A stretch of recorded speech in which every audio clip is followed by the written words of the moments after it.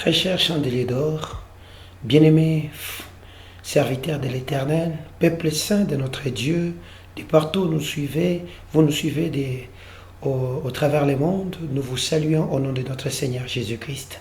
Shalom. Évidemment, ici, c'est la voix de votre messager, le frère Elvis, depuis la ville de Lubumbashi, en République démocratique du Congo. Nous sommes le ministère d'intercession et de prière, les chandeliers d'or. Et dans ce ministère, chaque vendredi, nous nous retrouvons en prière de veiller, enfin de solliciter l'intervention de Dieu dans nos différents besoins. Et ce vendredi, nous avons commencé, qui est le premier vendredi du mois de juillet 2020, nous avons commencé une série d'enseignements dans le cadre de ces prières, des combats que nous menons, prières de délivrance, qui s'intitule « Posséder les portes de nos ennemis ». Pour ce faire, nous voulons lire ensemble avec vous dans les livres de Genèse chapitre 22, le verset 15 au verset 17e, puis nous lirons Actes des Apôtres, le chapitre 12, du verset 10. Lisons au nom de Jésus-Christ. La Bible dit dans Genèse chapitre 22, le verset 10 et 15 à 17, la Bible dit ceci: l'ange de l'Éternel appela une seconde fois Abraham des cieux et dit: je le jure par moi-même, parole de l'Éternel, parce que tu as fait cela et que tu n'as point refusé ton fils, ton unique, je te bénirai. Je multiplierai ta postérité comme les étoiles du ciel et comme le sable qui est sur le bord de la mer, et ta postérité possédera la porte de ses ennemis. Nous sommes encore dans le livre de Actes des Apôtres, le chapitre 12 au verset 10e, que nous lisons. À la maison, vous pouvez lire du verset 1er jusqu'au verset 12e. Mais nous lisons ici seulement le verset 10e. Lorsqu'ils eurent passé la première garde, puis la seconde, ils arrivèrent à la porte de fer qui mène à la ville et qui s'ouvre d'elle-même devant eux. Ils sortirent et s'avancèrent dans une rue. Aussitôt, l'ange quitta Pierre. Amen, amen. Église, chandelier d'or, peuple saint de notre Dieu, vous devez savoir que tout être humain qui vit dans ce monde a forcément des besoins qu'il n'arrive pas à obtenir de soi-même, si ce n'est que par une forme d'intervention supérieure. Et pour nos chrétiens, l'unique intervention que nous avons, c'est l'intervention de Dieu. Et pour faire intervenir Dieu dans nos problèmes, nous avons besoin de la prière. Voilà pourquoi Jésus dit, priez. La Bible dit dans les livres de Thessaloniciens, priez sans cesse. Jésus nous recommande de prier. Et prier, c'est demander. Prier, c'est écouter Dieu parler. Prier, c'est échanger avec son maître. Or, il y a un homme qui s'appelle Abraham. Dans ses multiples péripéties, lors de son appel, Dieu lui fait cette promesse. Dieu lui demande quelque chose. Lorsque Dieu lui demande son unique, son fils qu'il avait, il est prêt à cautionner, malgré la peine qu'il avait, à sacrifier son fils. À cause de cela, Dieu va lui envoyer un messager. Et ce messager lui dit, puisque tu as fait cela, moi l'Éternel, je te bénirai. Bien-aimé, il y a des bénédictions auxquelles tu n'accéderas que lorsque tu vas accepter à sacrifier, à perdre quelque chose, à te sacrifier pour la cause. Évidemment, Abraham, pour accéder à la bénédiction dont il avait besoin de sacrifier quelque chose, de donner son fils selon que Dieu lui demandait. Aujourd'hui, il y a des choses que Dieu nous demande, auxquelles nous devons faire abandonner pour que nous puissions suivre Jésus. D'ailleurs, Pierre reconnaissant ces choses, il dit ceci à Jésus. Jésus, notre maître, nous avons tout abandonné. Que hériterons-nous? Jésus lui promet. Il dit, vous commencerez à hériter sur la terre, ensuite dans les ciels, malgré les tribulations. Vous voyez, Pierre reconnaissait que pour suivre Jésus, il faut abandonner. Évidemment, Abraham avait abandonné son pays, avait abandonné sa patrie, avait abandonné tout. Lorsque Dieu lui appelle, dans Genèse chapitre 12, quand Dieu lui dit, va-t'en de ton pays, de ta patrie, de ta maison, de la maison de ton père, va dans le pays que moi l'Éternel je t'indiquerai, je te bénirai. Pour avoir la bénédiction, il y a des conditionnalités. Et la bénédiction d'Abraham, pour qu'il accède à cette bénédiction, l'unique condition qui lui a été demandée, c'était d'abord d'abandonner sa patrie, d'abandonner sa nation, d'abandonner évidemment aussi la maison de son père, qui sont là, les cultures, les manières de vivre, le mode de vie, certaines histoires qui sont purement mondaines dont nous devons abandonner. Oui, lorsque Abraham fait ces choses, lorsque Abraham accepte d'offrir son unique, c'est lui qui les met de plus à Jésus-Christ, Dieu lui dit, voici je te bénirai. Et il promet à sa descendance de lui accorder la possession des portes de ses ennemis. Oui, vous me poserez la question de savoir, les portes c'est quoi? Évidemment, chaque ville, chaque maison, chaque nation, chaque situation a une porte. Même le ciel a une porte. Lorsque Jésus devait partir au ciel, se tenant sur la montagne, il dit, dorénavant, vous verrez les portes du ciel s'ouvrir. Lorsque Dieu nous parle, dans le livre de Malachie chapitre 3, le verset 10, il dit, mettez-moi de sorte à l'épreuve, si vous me verrez ouvrir pour vous les portes du ciel. Chaque situation, chaque chose sur cette terre a des portes. C'est comme ça que vous avez même les portes du temps, comme les années, les semaines, les jours, le mois. Nous avons les portes physiques, maison, ville, marché, corps humain. Nous avons les portes spirituelles, ciel, cieux, péché. Toutes ces portes représentent des réalités spirituelles ou physiques. Ce sont un ensemble de réalités spirituelles ou physiques que Dieu a promis à Abraham en lui disant, ta postérité possédera les portes. L'ennemi a des portes qu'il tient captifs. L'ennemi a des portes qu'il tient en possession, dont Dieu nous a promis, nous la postérité d'Abraham, de posséder. Vous voyez? Alors, qu'est-ce que nous attendons par posséder les portes de nos ennemis? Comment posséder les portes? Et singulièrement, celles du mois, du jour, de la semaine, de l'année, pour qu'elles nous soient favorables. Celles de temps, vous voyez, évidemment même du ciel, pour qu'elles nous soient favorables. Bien-aimés, vous devez savoir, contrôler les portes, c'est posséder. Et posséder une porte, c'est la contrôler. Posséder une porte, c'est la contrôler. En ancien temps, en Israël, tous les grands événements s'est passé à la porte. On pendait les gens à la porte. On jugeait les gens à la porte. Tout ce qui se faisait au niveau des portes. Voilà pourquoi la porte a une importance singulièrement particulière dans la vie des chrétiens. Alors posséder une porte, c'est disposer de celle-ci, profiter d'elle, occuper la porte. Voilà pourquoi Dieu dit, vous posséderez la porte de vos ennemis. Nous voulons posséder la porte du mois de juillet, par exemple, la porte de l'année 2020, la porte de la semaine, la porte du jour. Vous voyez? En clair, il s'agit de quoi? De contrôler l'année, de contrôler les mois, de contrôler la semaine. Il s'agit de contrôler les portes. Vous voyez? Cette prise de porte s'élargit à tous les domaines de notre vie. Il s'agit, on peut y inclure les portes de grâce, et on peut y inclure les portes de bénédiction. Voilà pourquoi David, quand il connaît ses secrets, il dit dans le psaume 24, quand vous lisez à partir du verset 1er jusqu'au 10, il arrive à un point, il dit, portes éternelles, élevez vos linteaux, que le roi de gloire fasse son entrée. Qui est donc ce roi de gloire? C'est Jésus. Vous voyez, il parlait aux portes éternelles, c'est-à-dire l'éternité a des portes. Et David connaissait qu'il fallait ouvrir ces portes afin que le roi de gloire fasse son entrée. Et nous, l'Église, nous devons entrer derrière derrière le roi de gloire qui est Jésus.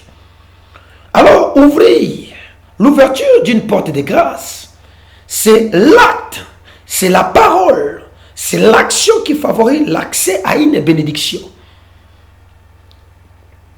À une bénédiction qui devient donc une clé qui ouvre et qui consacre ce que nous désirons. Nous vous avons dit, Malachie chapitre 3, le verset 10, Dieu dit, pour accéder aux portes des cieux, il faut apporter dans sa maison toutes sortes de dîmes, afin qu'il y ait de la nourriture. Donc, la porte du ciel, dans ces livres de Malachie, s'ouvre par le fait d'être fidèle dans ses offrandes, dans ses dîmes, de les apporter à Dieu. Et Dieu promet, si tu ne me verras ouvrir pour toi les portes du ciel, parce que c'est une manière d'éprouver Dieu. Vous voyez? Mais, dans Colossiens, chapitre 4, le verset 3. Lisons et suivons ce que Dieu dit.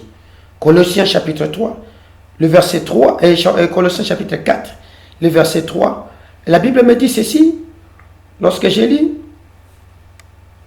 chapitre 4, le verset 3, il dit, priez en même temps pour nous, afin que Dieu nous ouvre une porte pour la parole, en sorte que je puisse annoncer les mystères de Christ, pour lesquels je suis dans les chaînes.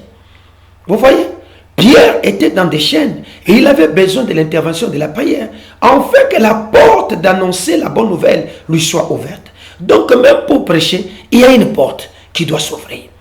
Dieu promettant aux enfants d'Abraham, il dit, vous posséderez la porte de vos ennemis. Lorsque vous lisez les livres des Actes des Apôtres chapitre 12, au verset de 1 jusqu'à 10, vous comprenez l'histoire de cet homme qu'on appelle Pierre, qui était détenu captif dans une escouade de 16 personnes qui les retenaient. La Bible décrit qu'il était lié doublement, des mains et des pieds. Il est resté entre ses gardes. Et devant lui, il y avait 3 sortes de barrières. Il y avait 3 portes. Il y avait 3 sortes de barrières avant d'atteindre une porte qu'on appelle la porte de fer. Une porte qui était une porte fortifiée. Une porte qu'on ne pouvait pas franchir. Alors, cette porte pour franchir, Pierre avait besoin de remplir les conditionnalités en vue d'y arriver pour qu'il puisse accéder à sa liberté et annoncer la bonne nouvelle comme il était en train de le faire. Parce que ici, Hérode venait de trouver le luxe, le plaisir de tuer. Il avait déjà tué Philippe, il avait tué Jacques. Alors il préparait Pierre qu'il devait tuer le jour de la Pentecôte. Le jour de la Pentecôte. Vous voyez? Le jour qu'on devait fêter. Alors, cette porte-là, qu'on décrit comme étant la porte de fer. Il y a des chrétiens qui sont dans des prisons, retenus dans des prisons, et devant eux, il y a des portes de fer où ils ne sortent pas. Le travail qu'ils cherchent est devenu comme un obstacle devant lui. Une porte de fer et s'est érigée entre lui et le travail. Il ne sait pas y accéder. Alors, pour accéder à cette porte, vous avez besoin de remplir des conditionnalités. Retenons que contrôler une porte, c'est donc posséder la porte.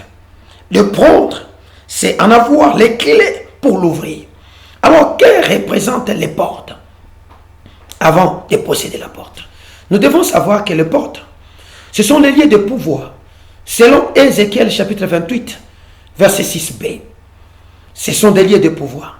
Il faut beaucoup de force pour vaincre les hommes qui se tiennent aux portes.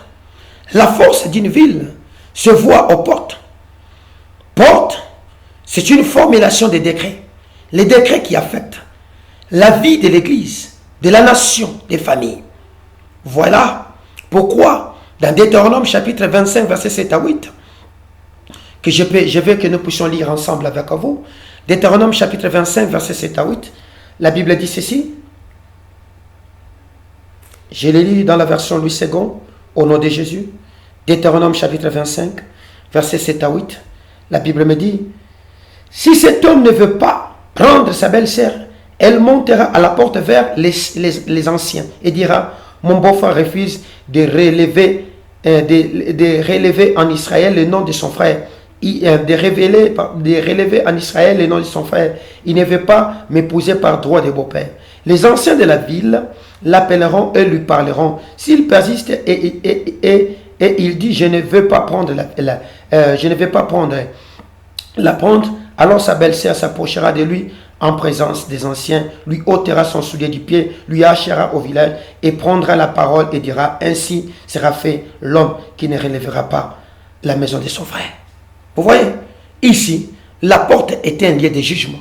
On y allait. C'est là que s'exerçait le pouvoir. C'est là que les choses se partaient. Deuxième chose, les portes ou la porte représente les lieux de jugement. Josué chapitre 20, verset 1 à 4. Deutéronome chapitre 16, verset 18. 21, 18 à 21. Si ceux qui prennent les portes sont des méchants, ce sont des décisions méchantes de jugement, des morts qui seront prononcées. C'est-à-dire, lorsqu'un voleur arrive dans votre quartier, il se tient à la porte de l'avenue. Il commence à regarder gauche-droite où il va entrer.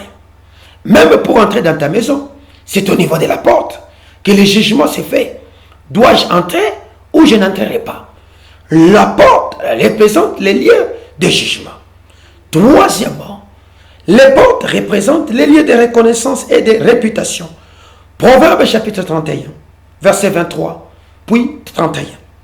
Pour posséder, il faut donc mener la bataille. Parce que vous me poserez la question, mais qu'est-ce qu'il faut faire pour posséder les portes? Lisons. Deutéronome chapitre 2, le verset 24. La Bible dit ceci. Au verset 24e, levez-vous, partez, passez les torrents de l'anneau, vois je livre entre tes mains, Sion, roi d'Eshbon, l'Amoréen ce pays, commence la conquête, fais-lui la guerre. Ici l'Éternel parle aux enfants d'Israël de se lever des lieux où ils se tenaient et de faire la guerre. Tu ne peux pas posséder la porte aussi longtemps que tu resteras main croisée. Tu ne peux pas accéder à cette bénédiction où la bénédiction ne peut pas entrer chez toi aussi longtemps que les portes de ton existence sont possédées, sont retenues captives par les ennemis. Voilà pourquoi Dieu dit, lève-toi, commence ta conquête aujourd'hui. Nous voyons donc dans ce verset que Dieu a donné la terre des Amoréens à Israël, mais Israël devait mener la bataille, devait combattre, il devait lui faire la guerre. Bien-aimé, la guerre ou le combat spirituel est une réalité des enfants de Dieu, de la marche chrétienne. Si tu ne veux pas mener la bataille, bien-aimé, tu seras assujetti et il y a des bénédictions auxquelles Dieu t'a prédestiné à l'avance, dont tu ne pourras pas accéder si tu ne veux pas mener la bataille. Dans cette nuit de prière, nous voulons mener la bataille à l'ennemi. Nous voulons reprendre nos possessions. Nous voulons avoir accès à ce que nous ne pouvions pas posséder. Voilà pourquoi nous disons, lèvez-vous, possédons les portes de nos ennemis. Les portes de nos ennemis. Dans 1 Timothée chapitre 1, le verset 18, ou dans 1 Timothée chapitre 6, le verset 22, Paul dit à Timothée de mener les combats. Tant que chrétiens, nous devons mener le combat. Et le bon combat de la foi. La bataille entre nous et Satan se passe à la porte. Et les portes de ce monde se trouvent entre les premiers et les seconds ciels.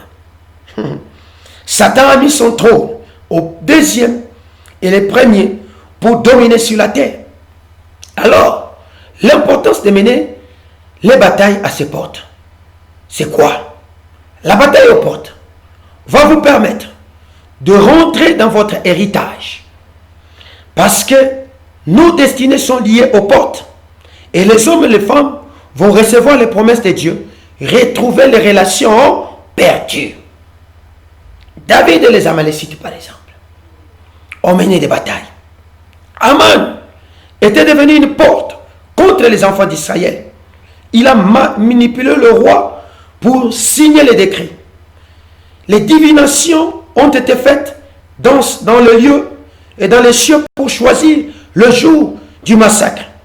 Depuis le premier mois, ils ont fait les divinations jusqu'au 12e mois. Chaque jour, ils étaient en train de faire des pratiques de divination. Et Aman en était la porte. Il s'était érigé en porte pour la destruction d'Israël. Mardoché, lorsque vous lisez, vous comprenez qu'il était assis à la porte du roi. Il a pris la porte physiquement afin de prendre les portes spirituelles. Amen, amen. Bien-aimés, les portes représentent ce que je viens de vous dire, les lieux de nos bénédictions.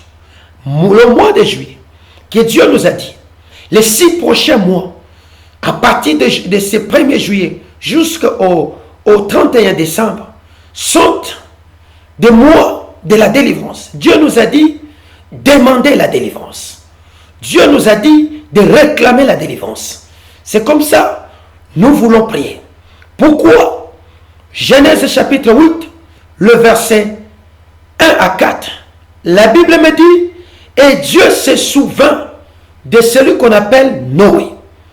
Il venait de se passer 150 jours et le bateau ou l'arche de Noé est allé s'accoster sur la montagne d'Ararat. Et là, les eaux ont commencé à baisser jusqu'au 10e mois. Le monde est sous les eaux, ou sous les forces des ténèbres actuellement.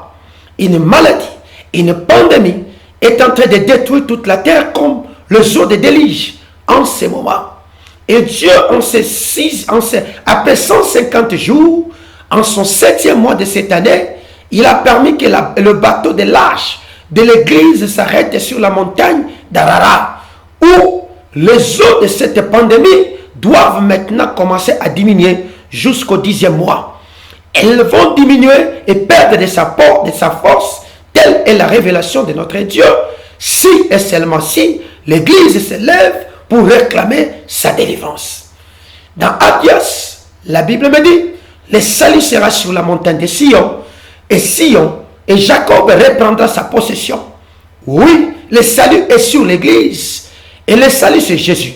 Jésus c'est la parole de Dieu. Cette parole étant dans l'église, nous avons donc droit de reprendre notre possession, c'est-à-dire cette belle année où Dieu nous a donné, où il dit, c'est l'année de la visitation. Amen, amen. Chandelier d'or. Voici donc la ligne de prière pour la ligne de prière dans ces veillées, dans ces veillées de prière de ce premier vendredi du mois de juillet 2020. Nous prions pour demander au Seigneur sa protection et l'équipement nécessaire selon Psaume 54, verset 4 à 6, Psaume 64, verset 2 à 3. 2. Vous ordonnerez aux portes de ces 6 derniers mois de s'élever, de lever leurs linteaux, selon Psaume 24, 1 à 10. 3. Vous briserez les projets des hommes méchants contre vous, selon Job 5, 12 à 5. 4.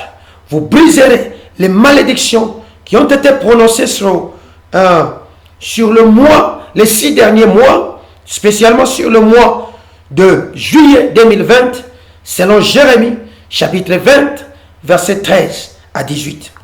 5. Vous annulerez tout projet de mort programmé contre ces 6 derniers mois, contre vos maisons, vos travails, vos enfants, vos frères et vos sœurs, partout dans le monde, selon Ésaïe, chapitre 27, verset 1er. 6. Vous proclamerez que ces 6 derniers mois est béni de Dieu, selon le psaume 19, 1 à 3. Lamentation, chapitre 3, 20 à 24. 7. Vous proclamerez la vie sur les 6 derniers mois au travers vos travails, vos maisons, vos affaires, vos projets, vos prières, selon Ézéchiel 37, 1 à 14, Ésaïe 28, 18, Jean 1, 11, 24 à 25. 8. Vous déclarerez que le jour, les semaines, le mois qui nous reste de cette année 2020 est béni de Dieu, selon 1 Roi, chapitre 8, verset 56, ou 1 Roi, chapitre 8, verset 59, ou Ésaïe, chapitre 55, verset 1. Puis, vous finirez par des actions de grâce, selon 1 Roi, chapitre 8, verset 62. Au nom de Jésus. Laisse-moi le temps de prier pour toi. Dieu de mon appel, Dieu de l'alliance chandelier d'or, nous t'invoquons afin que tu prennes possession des portes de ces 6 derniers mois qui nous restent de cette année 2020 qui vient de commencer. Donne à ton peuple qui a suivi ces grandes lignes de par le monde la force de prier, car nous ne pouvons pas posséder sans mener la bataille. Nous voulons nous lever comme une nation ferme et forte pour combattre l'ennemi qui s'est élevé contre nous, afin de reprendre nos possessions selon la promesse que tu as faite à Bias, au nom de Jésus-Christ.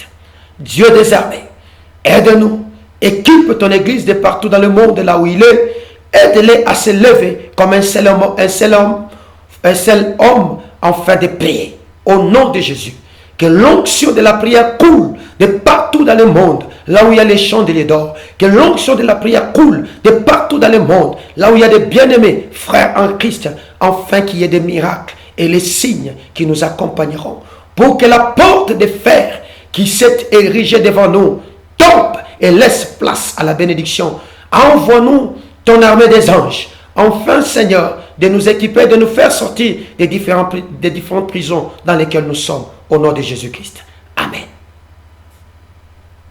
Vous avez suivi ces messages de partout dans le monde. Vous avez des questionnements. Vous avez des suggestions. Vous avez des sujets de prière à nous faire. Écrivez-nous à notre numéro WhatsApp. C'est le plus 243, le 99 400 73 15. Selon les langages belges, c'est le plus 243, le 99 473 15. Ou écrivez-nous directement sur notre groupe, le ministère d'intercession et de prière, le Chandelier d'Or, qui est un groupe de partage sur Facebook, ou laissez-nous des messages sur votre chaîne, le Chandelier d'Or, en minuscule, TV en minuscule,